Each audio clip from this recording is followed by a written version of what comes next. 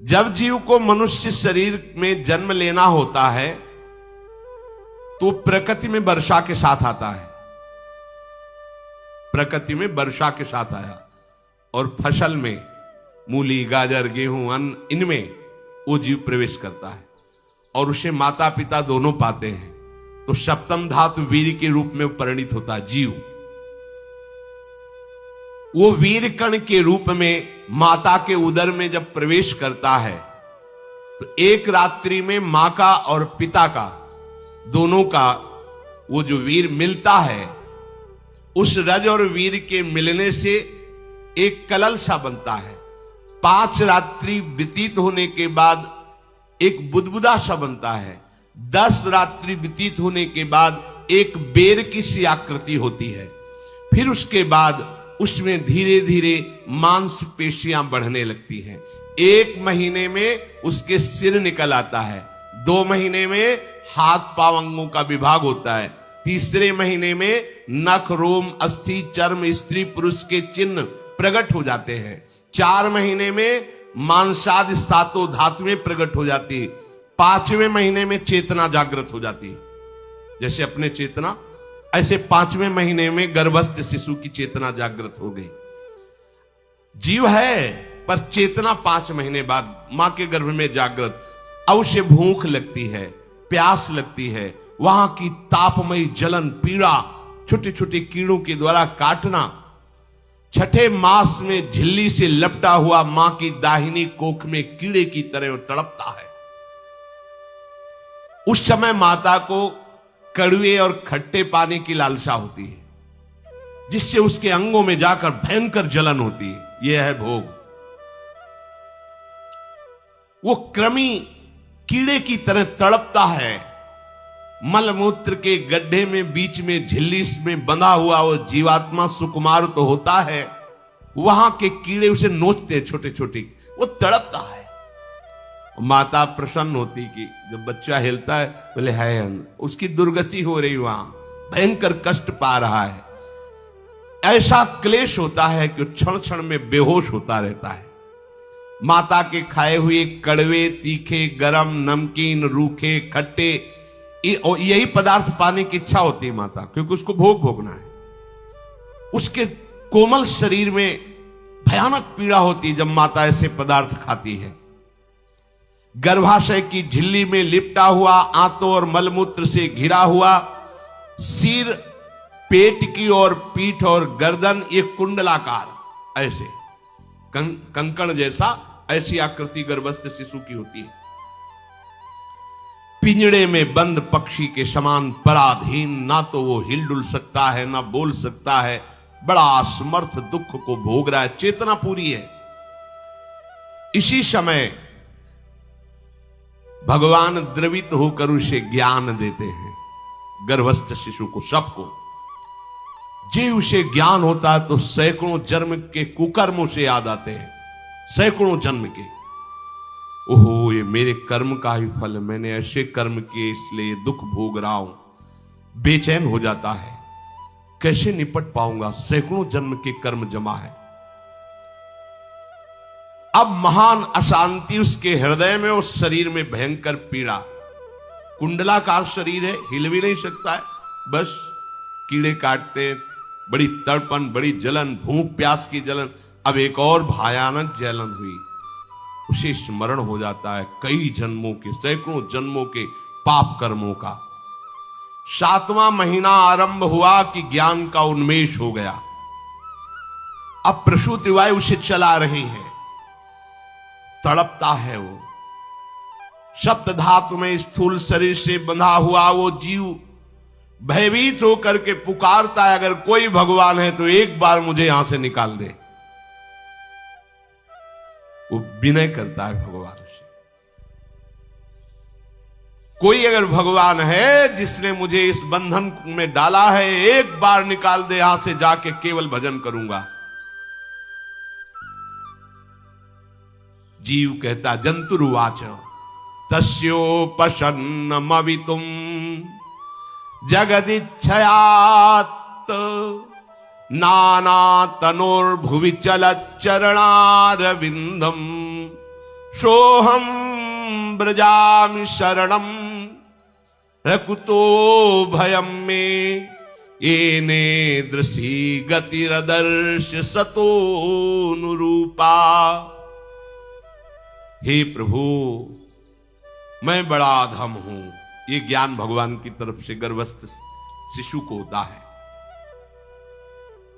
देखो, स्वयं वो इतना कष्ट पा रहा है, फिर जब आप गर्भ हत्या करते हैं तो आपका पाप कितना बड़ा होगा, सोचो। सब माताओं से विनय है, संयम से रहो, सावधान रहो। ये हत्या ऐसी नहीं कि तुम्हारे दान पुण्य से क्षमा हो जाएगी। ये जो भ्रूण हत्या है, गर्भ हत्या है, बहुत बड़ा पाप है। आप लोग अज्ञान के कारण इसको ध्यान नहीं देते, इसे खिलवाड़ समझते हो। कितना ज्ञान है। बेटी ही मां है, बेटी ही बहन है, बेटी ही पत्नी बनती है, बेटी ही किसी के जीवन को धारण करने वाली बनती है। और आपने गर्भ में देख लिया बेटी है, तुम स्वयं मां होकर उसका साथ दे रहे हो, उसका नष्ट करने के लिए। हमारी तो बात ही समझ में नहीं आती, क्या बुद्धि भ्रष्ट हो गई। अगर पुरुष का इतना महत्व है तो बेटियां ना हो तो तुम्हारी कौन सी गति होगी, सोचो जरा। जीना मुश्किल हो जाएगा तुम्हारा। तुम पुरुष किस काम के रह जाओगे। तुम्हारा अर्धांग काट दिया जाए तो तुम कैसे होगे। ये स्त्री स्वरूप अर्धांग है। जिस घर में एक मां बहन नहीं है, स्त्री स्वरूप नहीं, स्मशान जैसा वो होता है। ध्यान दीजिए, ये बहुत बड़ी गलती है जो अपनी बेटियों की हत्या करते हैं। ये वो पाप है जो अक्षम्य अपराध है। स्त्री हत्या करना शास्त्रों में बहुत बड़ा पाप कहा गया है। फिर वो तो बच्चा है, बिल्कुल नहीं। जिनसे हो गया है, श्रीमद् भागवत का सप्ताह मूल संस्कृत से सुनो और भगवान से प्रायश्चित प्रार्थना करो कि हे नाथ, भूल से गलती हो गई, दूसरा कोई उपाय नहीं। ध्यान से समझ लीजिए, तुम्हारे भ्रूण हत्या गर्भ हत्या के पाप को नष्ट करने में एकमात्र श्रीमद् भागवत समर्थ है, दूसरा कोई नहीं। कोई दान पुण्य तीर्थ स्नान तुम्हें क्षमा नहीं कर पाएगा। यह ऐसा महापाप है। अगर हृदय में जलन करके और मूल संस्कृत के द्वारा पूरी 7 दिन में भागवत श्रवण की जाए नियम से, तो भागवत समर्थ है, इस हत्या के पाप से भी आपको मुक्त कर देगी। जिनके ऐसे हत्या हो गई हो करवा लो, नहीं तो बुद्धि आगे भ्रष्ट करके तुम्हें हरि गुरु से विमुख कर देगा। ये पाप ऐसा नहीं कि तुम्हें 2-4 माला घुमाने से क्षमा हो जाएगा। ये महत अपराध है। सबकी समझ में नहीं आता, समझ जाओ, नहीं तो आप जहां भी हो वहीं से भ्रष्ट कर देगा। ये अपराध नष्ट नहीं होगा, श्रीमद् भागवत की कृपा से नष्ट हो जाएगा। ये हमें बहुत विश्वास है। श्रीमद् भागवत सप्ताहिकी ये है ही महामहिम। प्रेत योनि को प्राप्त धुंधकारी को सीधे भगवत पार्षद स्वरूप देकर परम पद में आरूढ़ कर दिया। केवल 7 दिन की मूल संस्कृत एक भी श्लोक नहीं छूटना चाहिए। अगर सप्ताहिकी का पारायण हो तो इस भ्रूण हत्या गर्भ हत्या से भी निवृत्ति मिल जाए। अब वो जीव भगवान को पुकारता है, मैं बड़ा नीच अधम हूं। भगवान, आपने जो मुझे गति दिखाई है तो मेरे कर्म के अनुसार ही है, आपका इसमें कोई दोष नहीं। हम लोग जब कष्ट भोगते तो भगवान से कहते हैं हमने तुम्हारा क्या बिगाड़ा। भगवान ने नहीं बिगाड़ा, तू खुद देख क्या बिगाड़ लिया अपना। करो पापाचरण। अब देखो, हमने तो जीवन में कोई पाप नहीं किया और कितने गर्भ हत्या की है, कितनी खिलवाड़ समझे हो। ये बिल्कुल भयावह चीज है, आप लोगों को नहीं। हम बार बार इसीलिए कह रहे कि भयावह वस्तु है, तुम्हें बहुत ऊंचाई से घसीट के भ्रष्ट कर देगी। बहुत होश में हो, भूल के कभी ऐसा न करना जहां तक हमारी आवाज पहुंचे, जहां तक सुनाई दे। गर्भ हत्या मत करना, संयम से रहो।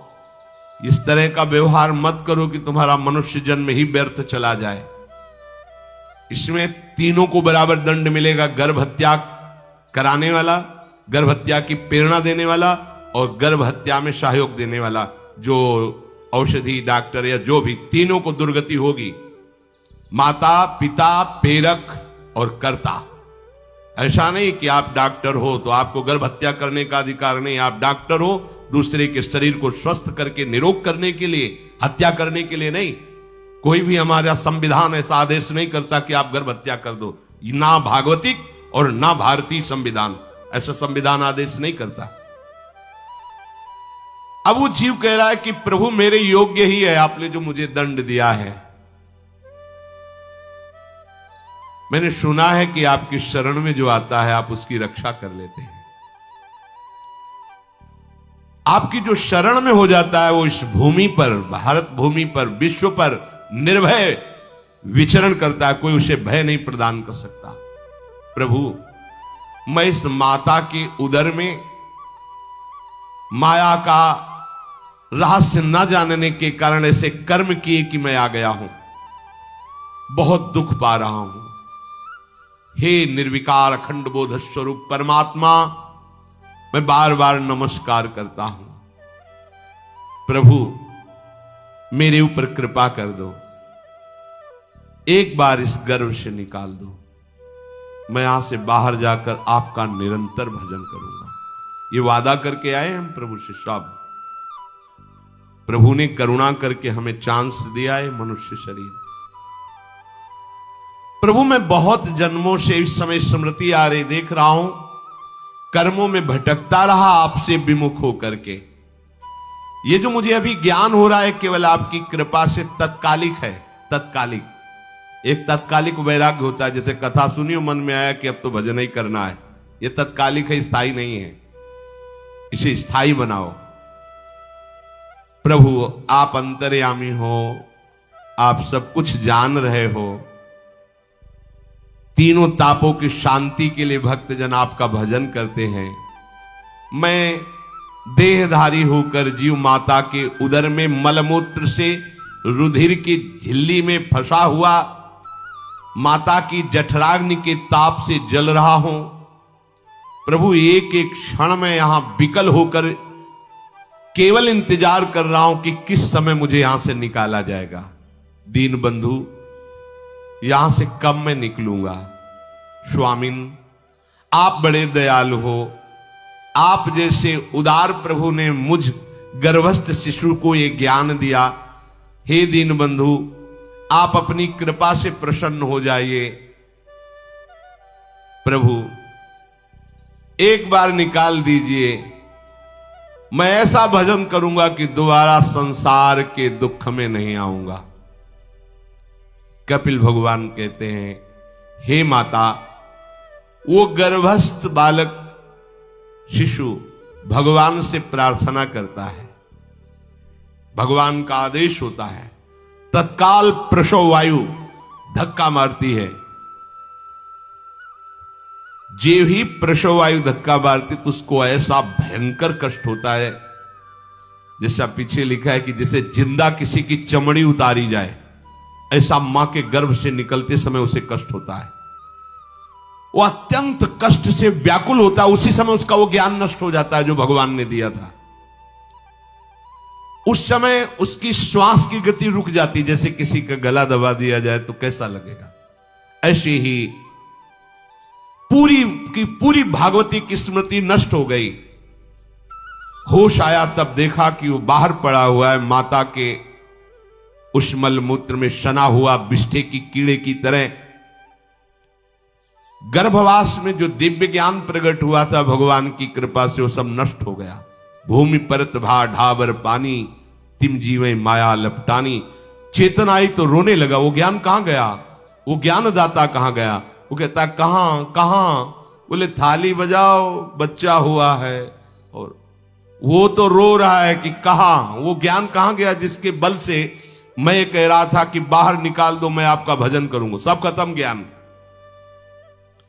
जो लोग उसका अभिप्राय नहीं समझते वो उत्सव मनाते हैं, बालक हुआ है, वो रो रहा है, वो कहां गया ज्ञान, कहां कहां कहां। छोटा बालक यही रोक कहता कहां। अभी जो ज्ञान उत्पन्न हुआ था, जो अभी भगवान का बोध हुआ था, वो कहां गया, कहां गया। घर परिवार के लोग उसका पालन पोषण करते रहते हैं, उसमें कोई निषेध करने की शक्ति नहीं हो रही। मच्छर काट रहा है, दुख हो रहा है, हटा नहीं सकता बालक। उस जीव को शिशु अवस्था में जब कपड़ों पे लिपेट कर ऐसे लिटाया जाता है तो इतना कोमल त्वचा होती कि कपड़े भी उसको, जैसे खुजलाहट है, पीड़ा है या जलन है, बिल्कुल कोमल त्वचा होती, कुछ नहीं कर सकता वो, पर रो सकता है। ना खुजलाने की, ना करवट बदलने की, ना उठने की कोई सामर्थ्य नहीं। बड़ा कष्ट पाता है बाल्यावस्था में, क्योंकि त्वचा बड़ी कोमल होती है, डांस मच्छर आदि जीव उसको काटते हैं। गर्भावस्था का कोई ज्ञान नहीं रहा, सिर्फ रोना ही रोना रह रहा। इस प्रकार उसकी बाल्यावस्था कटी, कौमार अवस्था आई, पौगंड अवस्था, इनमें वो खिलवाड़ में फंस गया। जैसे जैसे बड़ा होता जाता, चेतना, गुनगुना, ये कार, ये प्लास्टिक के ऐसे उनमें मगन है। देखो ना छोटे बच्चों को, अज्ञानवश इसकी ये अवस्था कट गई। बड़े भाग्यशाली ऐसे भी बच्चे हैं जो तुतला के बोलते, उनकी मैया कहती राधा बोलो, राधा। देखो ये सौभाग्य, प्रणाम है उन माताओं को जो अपने बच्चों को भगवान नाम बुलाती है कि आप बोलो, श्री हरिवंश बोलो, राधे राधे बोलो। धीरे धीरे उसकी युवा अवस्था पहुंची। इस समय उसके अंदर एक भूत सवार होता है, जवानी का भूत है, ये सबके सवार होता है। अगर मंत्र चल रहा है तो भूत नहीं चढ़ेगा, नाम चल रहा है तो भूत नहीं चढ़ेगा, नहीं तो भूत चढ़ जाता है। ये कुछ भी करवा सकता है भूत, भूत ही तो है ना। वैसे ही पंचभूत लिपट गए, ये ऊपर से जवानी का और भूत सवार हुआ तो जौवन ज्वर के ही नहीं बलकावा। जवानी में कोई भी ऐसा अपराध नहीं जो हो ना जाए। बड़ा भयानक इसमें स्वरूप होता है। इसमें केवल भोग, केवल भोग, एक ही दृष्टि रहती है, भोग भोगना। अज्ञानवश जब भोगों की प्राप्ति में बाधा पड़ती तो भयंकर वो क्रोध करता है, शोकाकुल होकर हिंसा कर बैठता है। जैसी घटनाएं सुनने को मिलती हैं, राक्षसी घटनाएं, ये भूत है जवानी का। जहां कामना में बाधा पहुंची, क्रोध, क्रोध में वो समझ नहीं पाता कि मेरे जैसा ही प्रिय शरीर उसका है जो मैं वर्ताव कर रहा हूं। सदेहेन मानेन वर्धमानेन मन्युना करोति विग्रहम कामी कामेष्वंताय चात्मनः। जैसे जैसे देह बढ़ता जाता है, पुष्ट होता जाता है, वैसे वैसे भोग वासना और अभिमान बढ़ता जाता है। वो काम परवश होकर अपना नाश करना शुरू कर देता है। यौवन, वो फिर खोटी बुद्धि वाला वैसे ही पाप करने लगता है जिन पापों के कारण उसकी दुर्गति हुई थी, नरक आदि की, और मां के गर्भ में आया था। देहाभिमानवश निरंतर मैं करूंगा, मैंने भोगा, मैं वो भोगूंगा। उसे ये ज्ञान नहीं रहता कि मैं वादा करके आया हूं कि भजन करूंगा और इस संसार से मुक्त हो जाऊंगा। भूल गया। इसी शरीर से उसको फिर भयंकर कष्ट भोगने पड़ेंगे। इसी का नाम संसार चक्र है। अगर कहीं उसे सत्संग मिल जाए, सन्मार्ग में चल दे, तो माया भेजती है दो प्रकार के लोग उनको भ्रष्ट करने के लिए।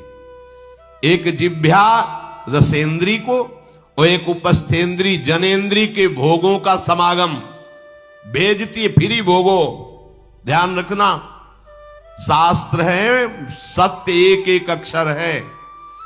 जब किसी को सत्संग मिल जाता है तो सत्संग का प्रभाव होता है भगवत मार्ग में रुचि पैदा करना, प्रभु अच्छे लगना, प्रभु का नाम जप करना, सत्य मार्ग में चलना।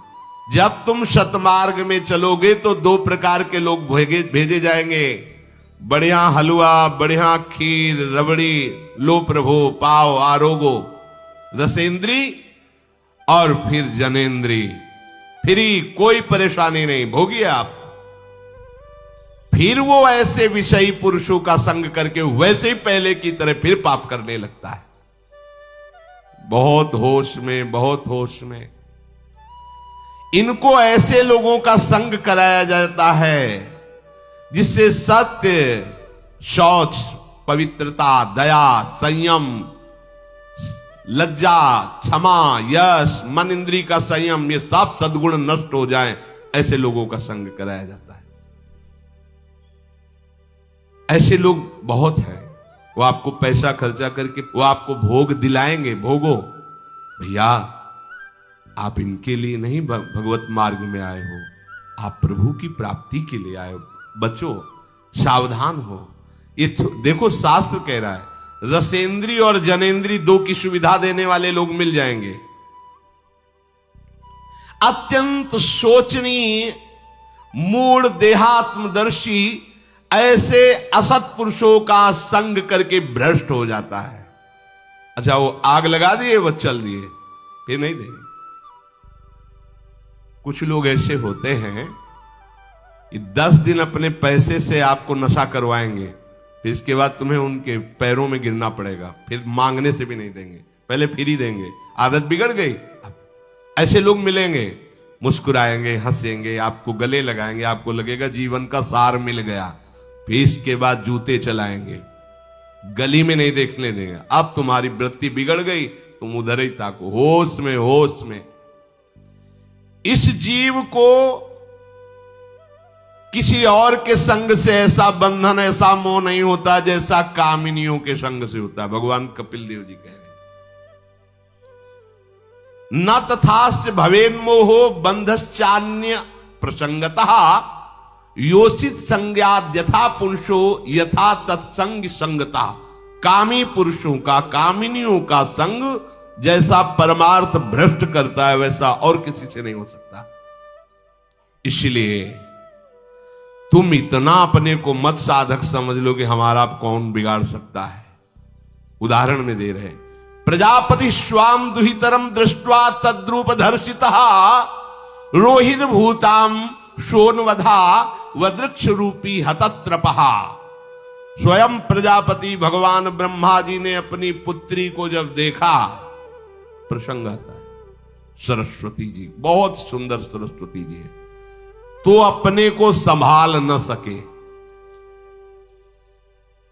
उनके रूप, लावण्य और यौवन के स्वरूप को देखकर भगवान ब्रह्मा जी आकर्षित हो गए।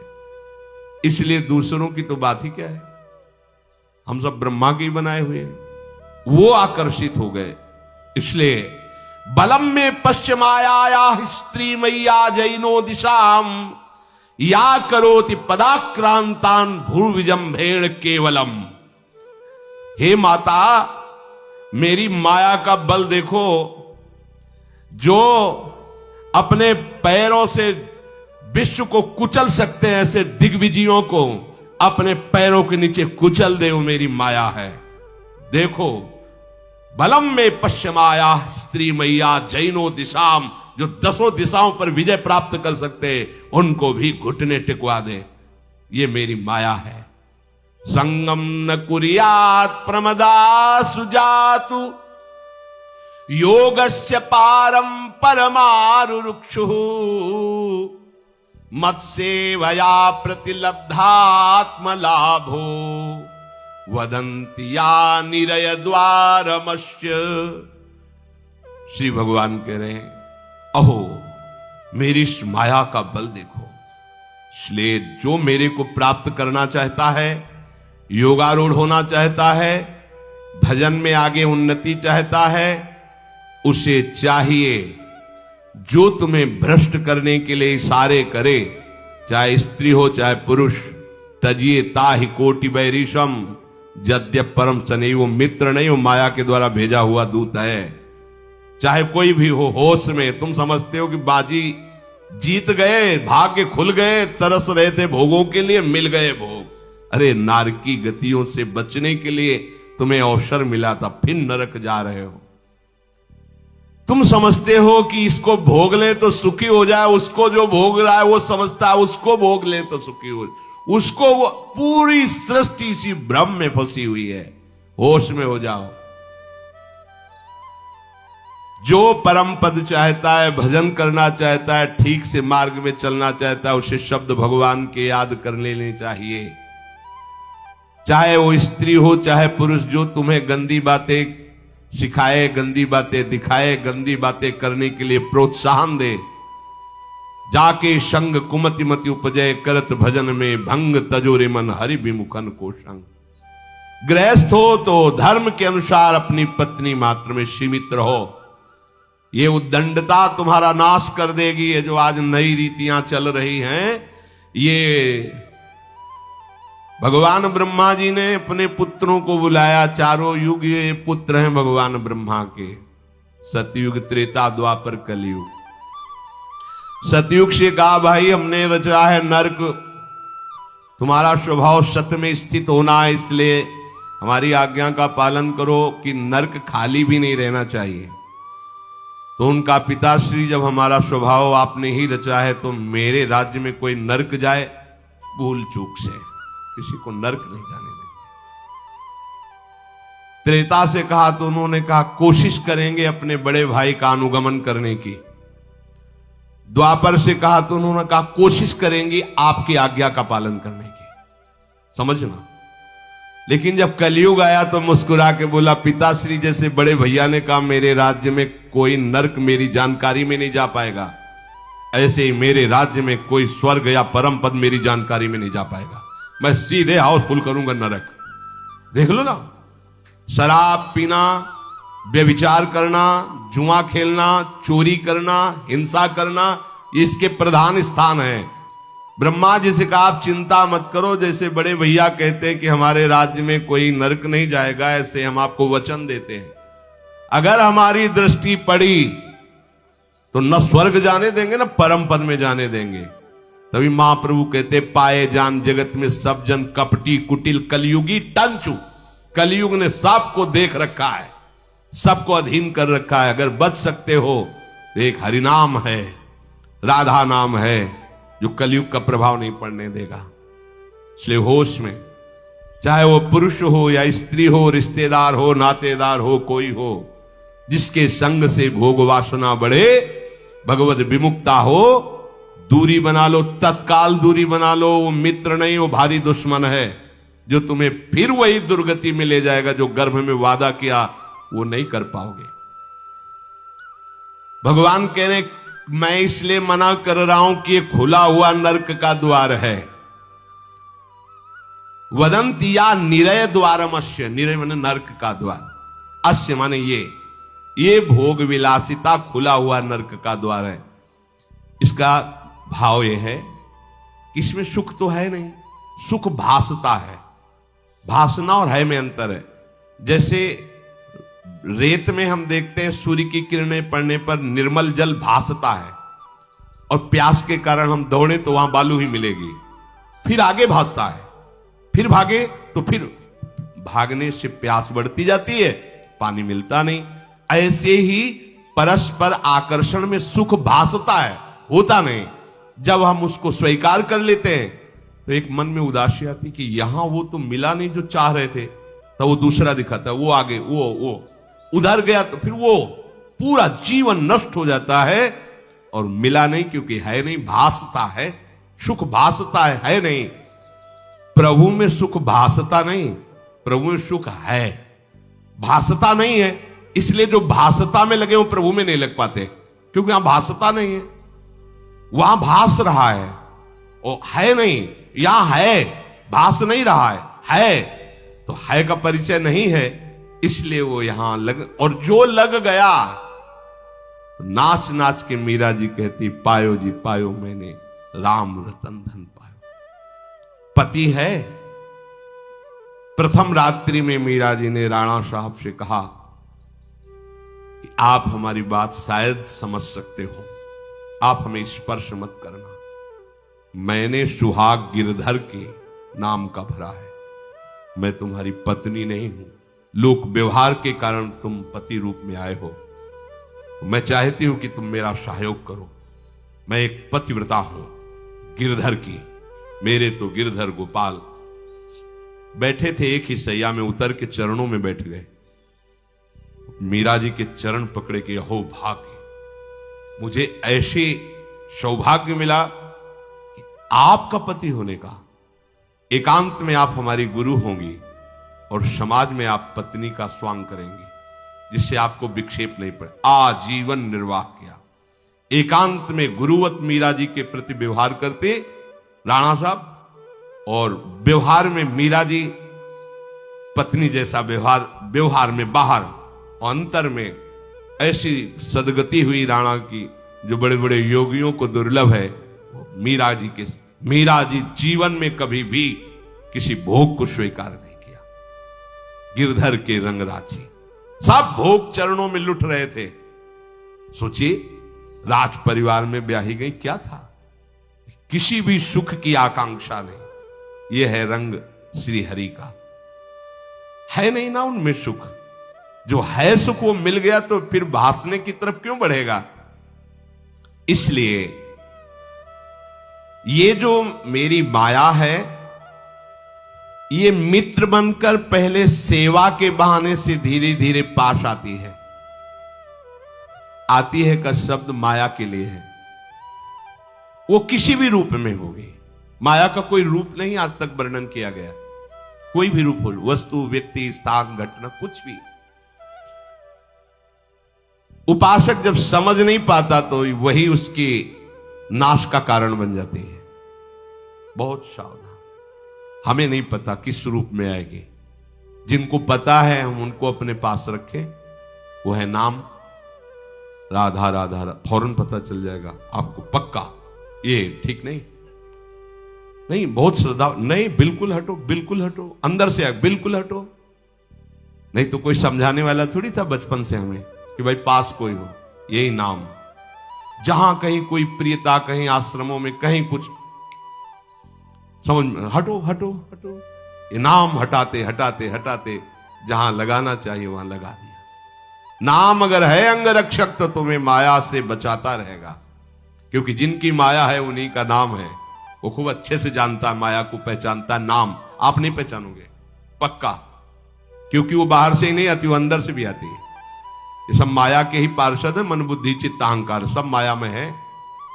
नाम चलेगा तो अंदर और बाहर दोनों जगह सुरक्षित रखेगा। पकड़ लीजिए। वो तिनके में ढके हुए कुएं के समान होती है। पता नहीं चलता कि कितना गहरा कुआं है। ऊपर से तिनके से ऐसा लगता भूमि, जे पैर रखा गिर गए कूप में, अब निकल नहीं सकते। जब मेरी माया में आसक्त हो जाता है तो अंत समय फिर उसी माया का स्मरण आता है। वही सब मैं और मोर तोड़ते।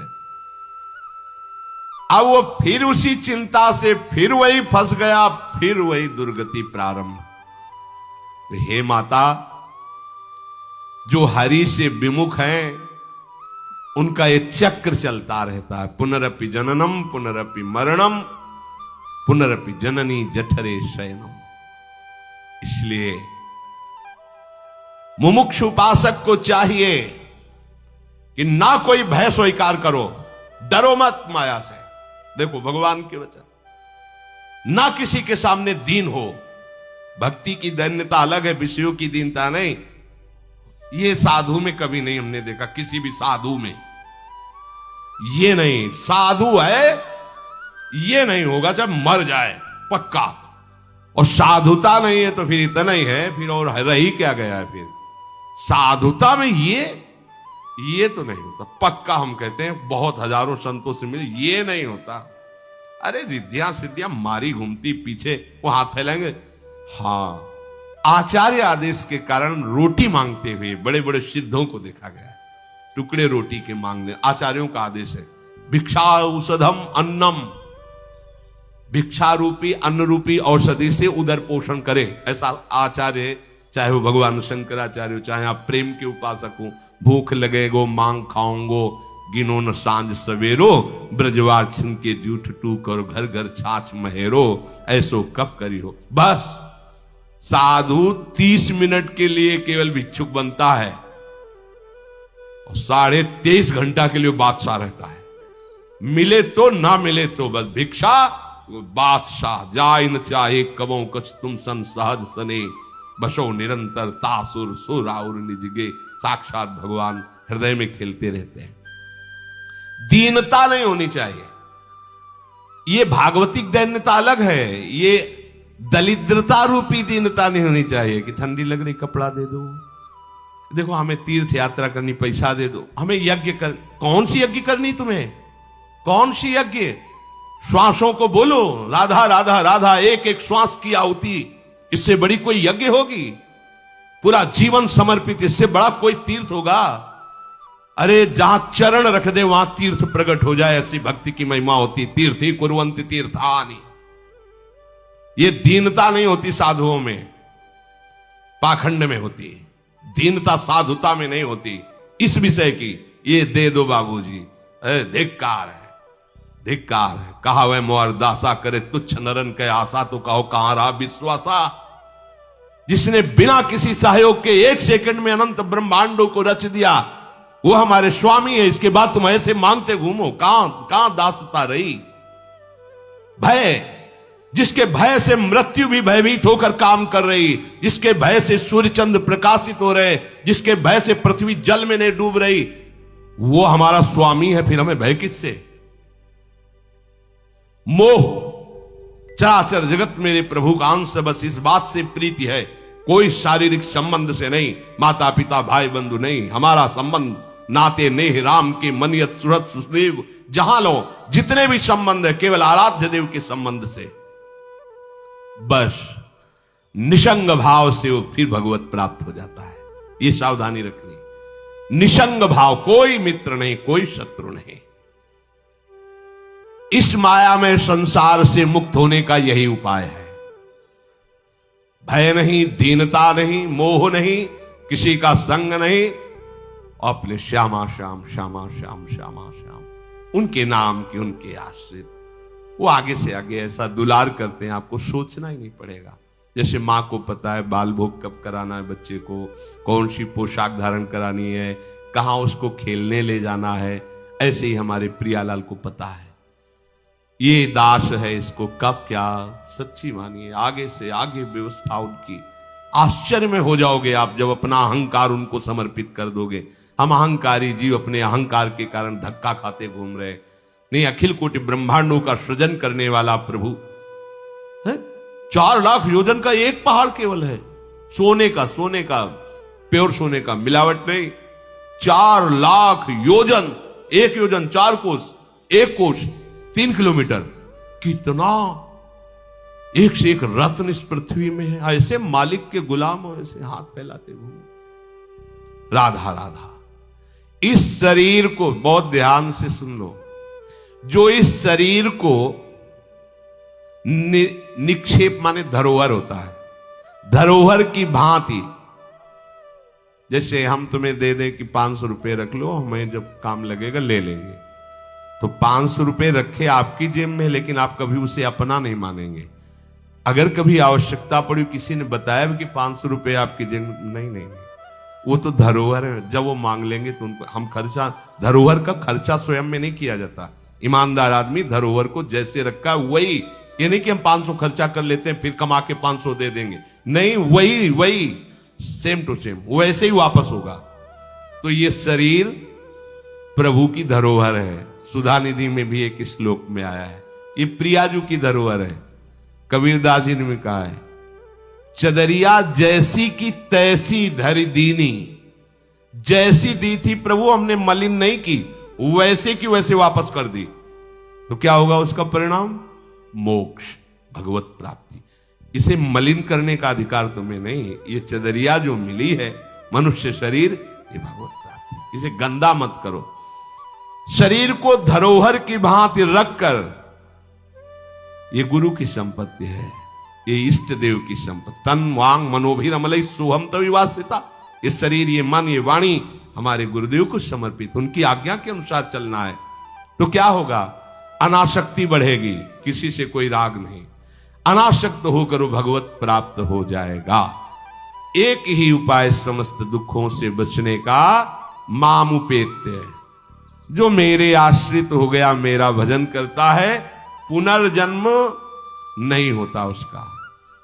क्योंकि दुखालयम शाश्वतम, संसार में वही जवानी, वही बुढ़ापा, वही रोग, वही योनियों में भटकना। थोड़ा तो थक जाओ। तुम्हें नहीं चाहिए दिव्यता, तो कम से कम इतना समझ लो। फिर वही प्रारंभ वाली बात कहते हैं कि देश विदेश सुख के लिए भटकते हो, तो हम भी तो ऐसे देश की बात कर रहे जहां सुख ही सुख है। जहां काल की भी चाल नहीं है, वो है निकुंज देश। निकुंज देश के राजा हैं श्यामा श्याम। चलो ना वहां, राधा राधा रूपी धन कमाओ। यहां किसी से व्यवहार न करो, प्रेम का व्यवहार भगवत समर्पित करो, राग द्वेष का व्यवहार मत करो। तो इसी जन्म में ये कर्म परंपरा खत्म हो जाएगी। पता नहीं कौन कौन सी योनियों में हमें जाना पड़े मां के गर्भ में। इसलिए भाई ये आखिरी जन्म होना चाहिए, ऐसा कर लो, ऐसा धन कमा लो जो तुम्हारे साथ चले, वो है राधा नाम। अब जीवन में धोखा ना होने पावे। सबसे प्रार्थना है बच जाओ, आगे और कलयुग भयानक रूप लेके आएगा, आपसे भजन नहीं होगा। अभी देख लो, न खान पान पवित्र है, न संग पवित्र है, न दृश्य पवित्र है। आगे तो और भी ये ऐसा समय पैदा करेगा कलयुग कि कोई राम कृष्ण हरि नाम सुनाई नहीं देगा। भा भ्रष्टाचारा सब संसारा धर्म सुने नहीं। कहीं स्वाहा स्वधा तो खत्म होता जा रहा है। देख लो, पहले यज्ञों की भरमार होती थी, कहां यज्ञ हो रहे हैं। ऐसे ही अभी सत्संग सुनने को मिल रहा है। कितने जगह सत्संग होता है, भगवत प्राप्ति का कितनी जगह सत्संग होता है, खोज लो आप पूरे भारत में। कितनी जगह शुद्ध शास्त्र सम्मत भगवत मार्ग की बात मिलेगी। कितने नाम जापक रह गए हैं। वास्तविक आगे चल करके आपको सपोर्ट ही नहीं मिलेगा भक्ति का। जैसे अभी डरने लगे कि अगर तिलक लगा के जाएंगे तो ऑफिस वाले क्या कहेंगे। स्कूल में तो कंठी और तिलक ही नहीं धारण करने दिया जाता। बच्चे कहते हैं, घर में कहते हैं तुम सुहागवती हो, कंठी तो विधवा धारण करती हैं। कैसा दुर्बुद्धि घर वाले। और ठाकुर सेवा, ये तो विधवाओं का काम होगा। सच्ची सौभाग्यवती वही है जिसने ठाकुर सेवा स्वीकार कर ली। सच्चा मंगल सूत्र कंठी ही है जिसने हरि का पहन लिया। कैसी मंद बुद्धि है लोगों की। ऐसी मतलब सौभाग्यवती भी कंठी पहन सकती हैं। तो हमें लगता है इससे बड़ा दुर्भाग्य क्या होगा, हम इसे सौभाग्य मानेंगे। राम हरि कृष्ण बोल न पावे, कंठी न धारण करे, रज न धारण करे और उसे सौभाग्यवती। तो कौन सा सौभाग्य, मरण धर्मापति। कुछ दिन में वो भी मरेगा, फिर बनना क्या बनना। न भजन लायक रह जाओगे, न संसार लायक रह जाओगे। प्रार्थना मान लो, थोड़ा कड़ुआ लगेगा लेकिन बहुत मीठा है परिणाम इसका। यत अग्रे विस्मयो परिणामे अमृतोपमम। जिसमें शुरुआत विष जैसी लगे उसका परिणाम अमृत में होता है। खूब भजन करो और इसी जन्म में श्री जी को प्राप्त करो। श्री राधा वल्लभ लाल।